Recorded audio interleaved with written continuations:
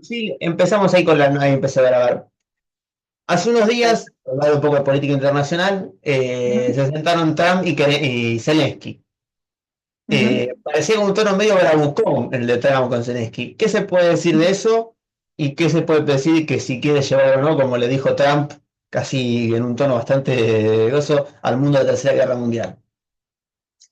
Bueno, hay muchos internacionalistas que están haciendo un poco el foco en que estamos más allá de la bravuconada o no, pero que tiene que ver con un cambio de época donde ya no estamos hablando de un orden basado en reglas y en instituciones fuertes y en el multilateralismo, sino justamente en la fragmentación y en una época de líderes fuertes, no de todo el mundo, sino de las principales potencias, ¿no?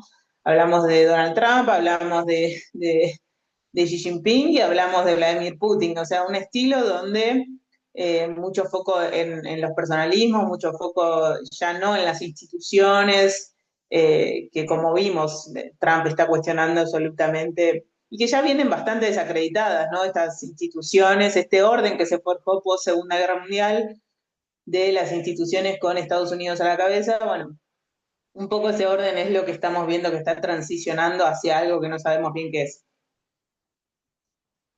Digamos que el predominio europeo, el rol europeo, también está en decaída, ¿no? A nivel Bueno, mundial. eso ya hace tiempo, o sea, si contamos que después de la Segunda Guerra Mundial en adelante, la hegemonía occidental fue la de Estados Unidos, después de la Guerra Fría aún más todavía, pero además en los últimos años también digamos, un aletargamiento del rol eh, en el concierto internacional, pero también a nivel de las potencias económicas europeas. Alemania está en un retroceso en el sentido de que hace 2 años que está en una recesión económica. Estamos viendo, sí, Europa ya hace rato que venía dando signos de ese, de esa, digamos, un poco irrelevante en el concierto internacional. Justamente, a ver, una cuestión sobre eso. El rol de la guerra Rusia-Ucrania, digamos, si no fuera por el inflador que dio Estados Unidos, la guerra hubiese terminado mucho antes. Digo, Estados Unidos va, la administración republicana, pero creo que la opinión pública en general se ha dado cuenta que la cuestión ucraniana no ha traído más reveses que otra cosa. Sí, está claro, o sea, Ucrania no hubiese llegado a nada, no hubiese resistido ni 2 días sin, digamos, sus aliados. Eso, bueno, no digo 2 días, bueno, no se sabe, pero está claro que es totalmente inferior a la potencia que es, la potencia militar que es Rusia, eso está clarísimo. El tema es si era una guerra que era necesaria pelear, o sea, cuál es. Ahí entramos en una cuestión que, digamos, yo siempre soy bastante, más allá de las críticas que se le puede hacer a Zelensky, más allá de todas las críticas que se puedan hacer a la OTAN, el tema es si estamos de acuerdo con, digamos, infringir la soberanía de un país, ¿no? Y con la justificación además que dio Putin. Pero bueno, eso ya es parte de otro debate. O sea, está claro que, es decir, a lo que ibas vos con la pregunta, está claro que no, por sí sola Ucrania no hubiese resistido. Y también, a ver, es una guerra que si no se gana, o ver, si no se empataba más que ganaba, porque Ucrania nunca le iba a ganar a Rusia en desgaste, pero si no se empataba rápido se perdía por goleada, digamos. Si no hacían un 1-1, perdían 5-0. ¿Por qué Zelensky continuó sabiendo que cuando que ya hubo un momento donde ya no la podía empatar? Al mes y medio, si la guerra duraba, el que perder iba a ser él. Bueno, a ver, yo cuando fui a Ucrania, cuando le preguntabas a un ucraniano por qué, qué están dispuestos a ceder para negociar, y te decían, ¿vos te estás dispuesto a ceder parte de tu territorio? Bueno, eso es una pregunta que habría que hacérsela a Zelensky, ¿por qué no? Me parece que parte un poco de eso, ¿no? De la cuestión de la soberanía de un territorio. Eh, Estamos hablando de que acá no hay santos, no implica esto, defender la soberanía de Ucrania no implica defender a la OTAN. O sea, el tema es que se imbrican todas estas cuestiones en esta guerra donde parece que o estás de un lado o estás del otro. Pasa lo mismo con Medio Oriente. Como que la gente se embandera muy rápidamente y lo lleva incluso a tener posiciones cínicas con, con sus propios preceptos. O sea, yo como argentina y defensora de las Islas Malvinas no puedo defender que la agresión de Putin haya estado bien. Eh, pero bueno, eso es como el debate, como me gusta plantearlo a mí.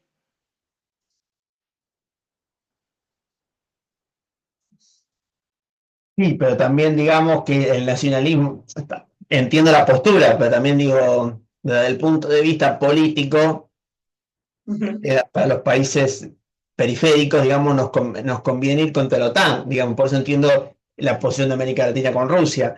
El gobierno argentino con Alberto Fernández fue No, pero bastante... perdón, pero ese es un enfoque, o sea, yo entiendo, o sea, como ciudadano de un país latinoamericano, claramente la posición contra la OTAN, nosotros fuimos víctimas de justamente las potencias que integran la OTAN, pero desde la conquista en adelante, eso está clarísimo. Lo que digo es que cómo se ve desde Ucrania, el dilema es otro.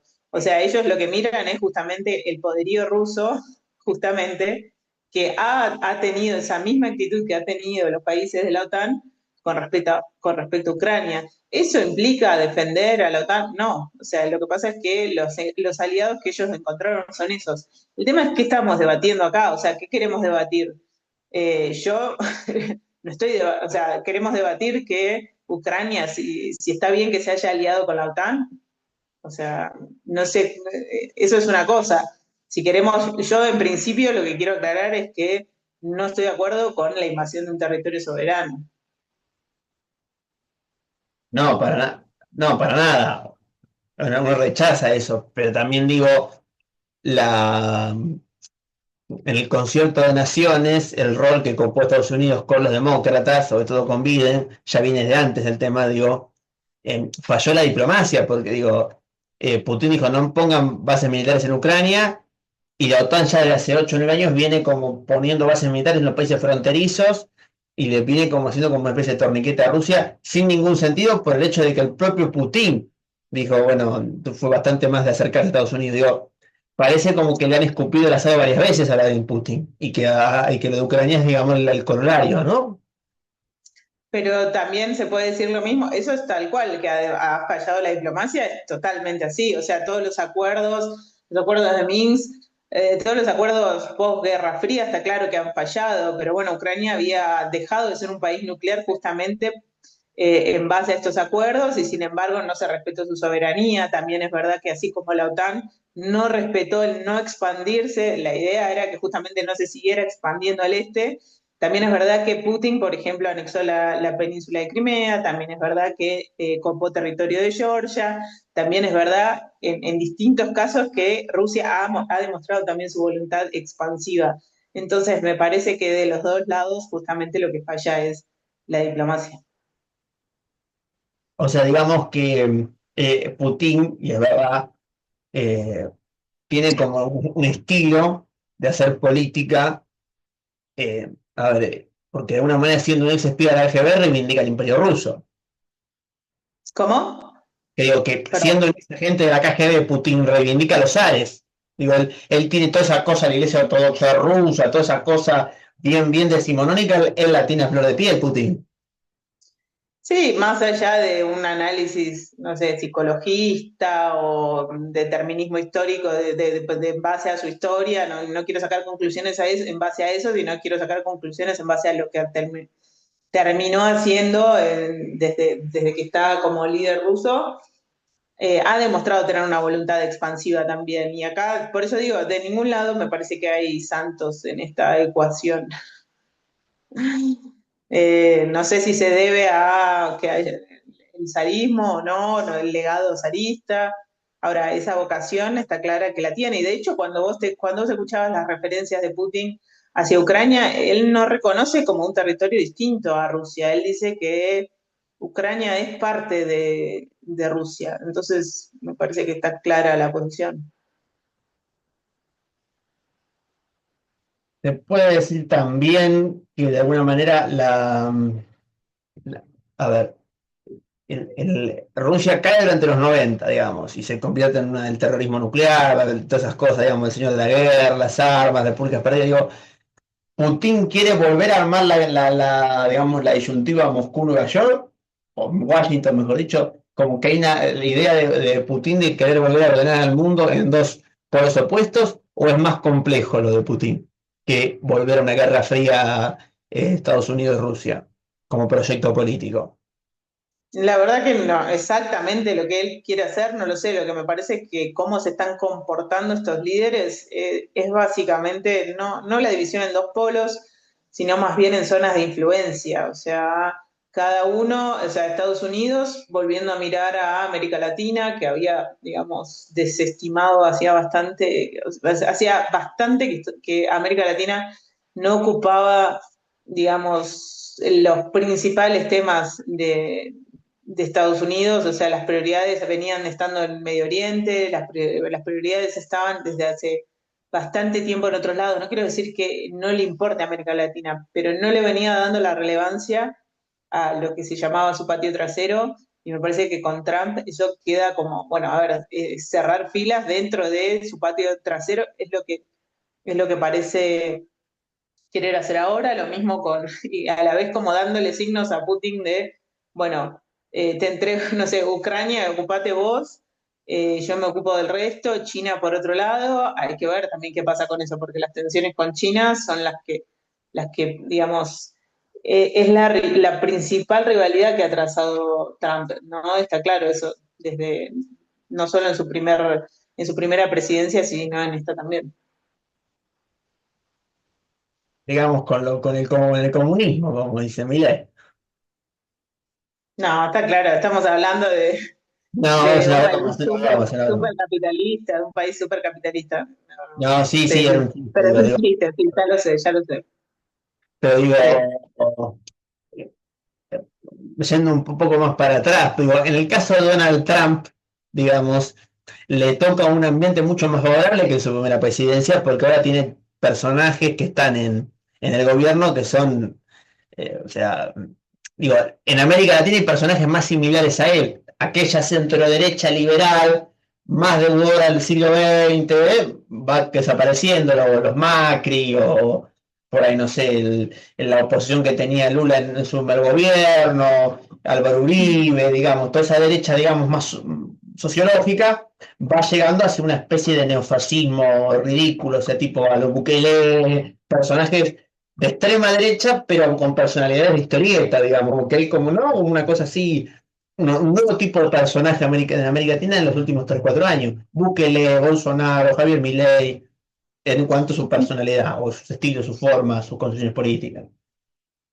Sí, no solo personalidades, sino también eso, ¿no? Posiciones políticas, por eso hablamos de extremas derechas, nuevas derechas, como fenómeno no solo en América Latina, pero que sí, también hay que ver qué pasa este año, ¿no? Que hay elecciones en Chile, por ejemplo, pero también es verdad que el progresismo está, lo que se llama autodenominado progresismo, se supone que es lo que predomina en la región. Fíjate, tenés, bueno, el país más importante en términos de dimensión, Brasil, tenés ahora Uruguay, tenés a Chile, tenés a Colombia, tenés, no sé cómo encasillar ya a Xiomara Castro, pero ponele, la ubicamos dentro del progresismo. Bueno, en la autodenominada izquierda tenés a Maduro.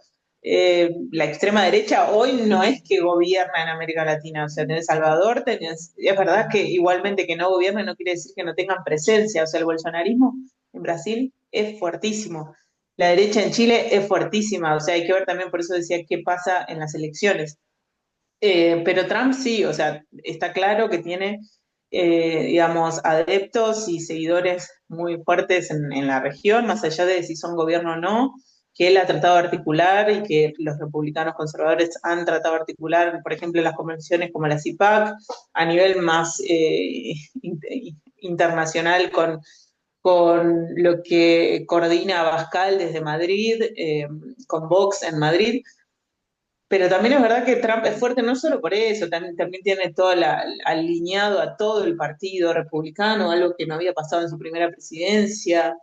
Cuenta con la complacencia de los magnates, los multimillonarios más importantes, eh, que tenemos hoy a nivel mundial, que antes, no sé, todo lo que venía de Silicon Valley era más asociado, tenían más el apoyo hacia los demócratas, y sin embargo eso ya vemos que estamos virando hacia otra, que ya han virado totalmente con un apoyo ahí, de hecho en la asunción de Trump estuvieron todos presentes, Zuckerberg, Elon Musk, por supuesto Jeff Bezos, de ahí en adelante, digamos, ¿no? Entonces, sí, o sea, las condiciones favorables de Trump son clarísimas. Además, tiene el fracaso de Biden, porque Biden toma el poder cuando él maneja mal la pandemia, que él pierde por el COVID, según mi opinión, porque él no Ujú. maneja el COVID, genera un número muy alto de muertos, lo de George Floyd, o sea, hay varios desmanejos donde el tipo no sabe vincularse con la población, el tema de la falta de cuidados generó un problema propagandístico muy grande y en eso se coló el Partido Demócrata. Pero el Partido Demócrata no reactivó la economía. O sea, digamos, creo que era Marco Terrudi, que decía es aborto con genocidio el Partido Demócrata, porque tiene posturas que la verdad que uno puede coincidir en términos de libertades individuales, pero después, en términos económicos, es liberal y después es expansionista. Biden porque manda tropas, tiene apoyo fundado a Netanyahu, o sea, digo, los derechos civiles sin derechos económicos termina fracasando, digamos. Esa fórmula de cierta agenda woke, siendo peronista, lo digo, porque hay derecho, pero no hay base material. ¿Se entiende lo que quiero decir?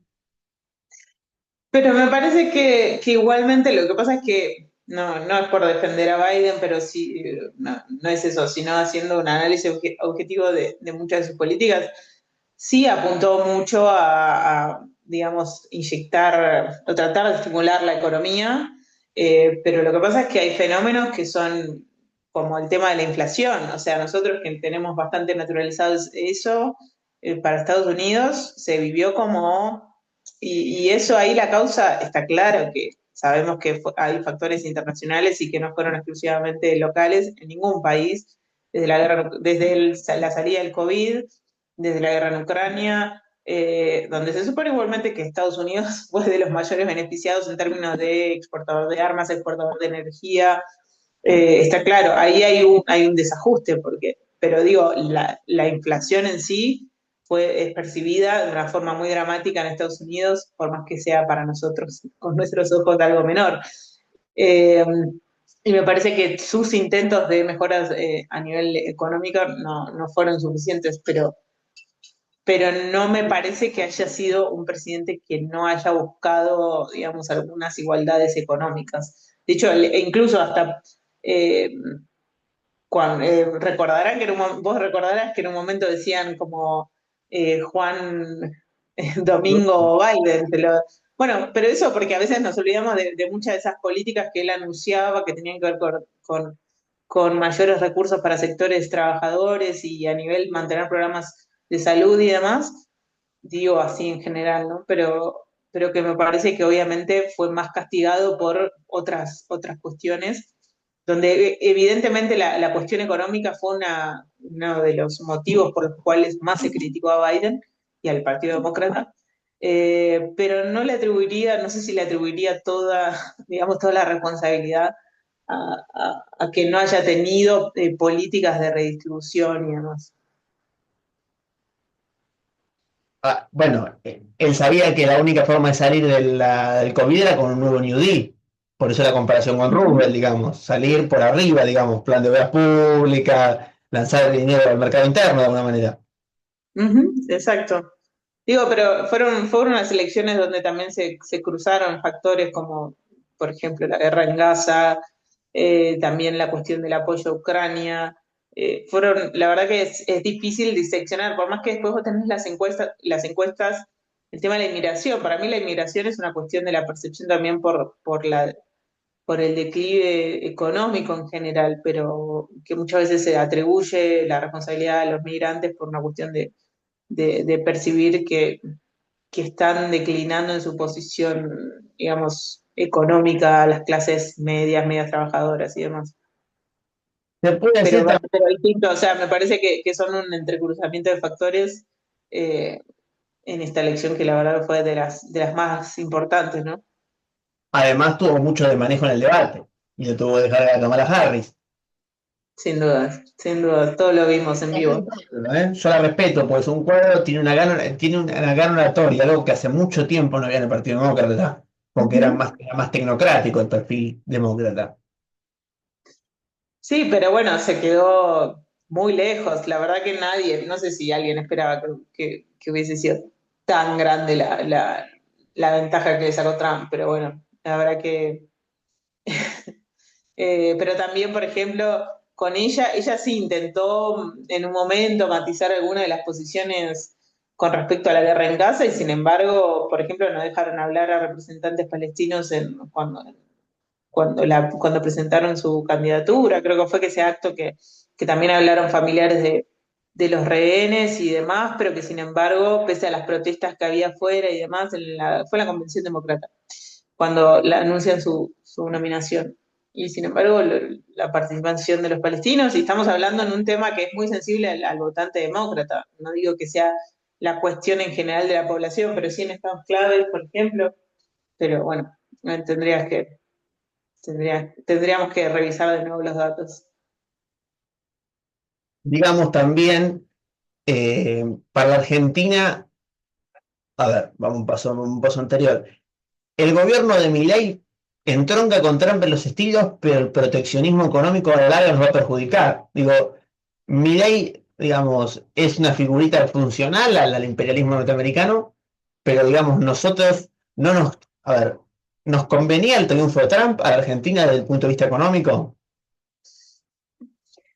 Mira, no soy especialista en Argentina, no estudio del todo, pero a ver, lo que está claro que lo que hizo Milei fue, lo que está haciendo Milei no es una agenda, digamos, diplomática en base a buscar los beneficios de nuestro país. Está claro que su agenda es netamente personal, no nada de lo que él ha hecho a nivel, en todos los viajes que hizo por fuera del país, no hay una traducción, no ha traducido nada de todo eso en algún tipo de, no sé, proyecto hacia de mejora para la Argentina. O sea, son todas cuestiones, me dieron un premio, me nominaron, me junté con, le di la motosierra a Elon Musk y bueno, pero bueno, ¿cuáles son las inversiones? O no digo que eso inmediatamente tenga que traer una inversión, pero digo, ¿cuáles son los proyectos? ¿De qué estás hablando? ¿Cuál es la agenda?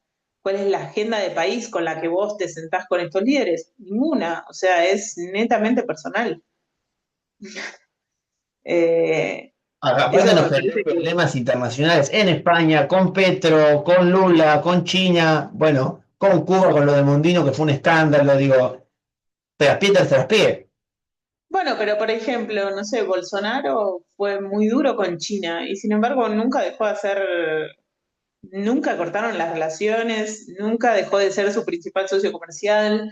eh, y me parece que eso Milei lo aprendió rápidamente también, porque de los papelones de Mondino con China hasta los propios dichos de Javier Milei, hasta ahora decir que planea un viaje a China, o sea, bueno, él expreso de sus propias sentencias sobre China y sobre determinados países que, insisto, o sea, no podés manejarte a nivel de las relaciones con otros países como si fuera una cuestión personal, o sea, tenés que priorizar las, justamente las cuestiones que hacen a la vinculación entre países y no netamente una cuestión. Si vos te querés juntar con Meloni a tomar a cenar, lo que sea, hacelo. Ahora lo que digo es, si eso además, si en paralelo además no podés, digamos, que algo de eso redunde en un beneficio para el país, o sea, me parece que estamos subsidiando los viajes del presidente. Y a veces que nos genera más problemas que otra cosa, presidente. La verdad que sí, deberían dar más explicaciones sobre esa diplomacia personalista que hace Milei. Porque inclusive en la calle Pou, que también es un hombre de la derecha, era el expresidente de Uruguay, también en los foros latinoamericanos, digamos, o Latinoamérica, no, los países de derecha, entre comillas, no actuaron en bloque, ni siquiera. Digo, la derecha, nueva derecha regional, es extraña. Por ejemplo, Vox en España también, digo, tampoco pega con Milei, digo, salvo por su agenda antiderechos, porque son, la verdad, hay Vox que son franquistas, y el franquismo con el anarcocapitalismo no pega, digo, hay una mezcla también en esa Mm. derecha donde hay mucho de estética. ¿Qué opina, digamos, esa nueva internacional de la derecha que se puede formar?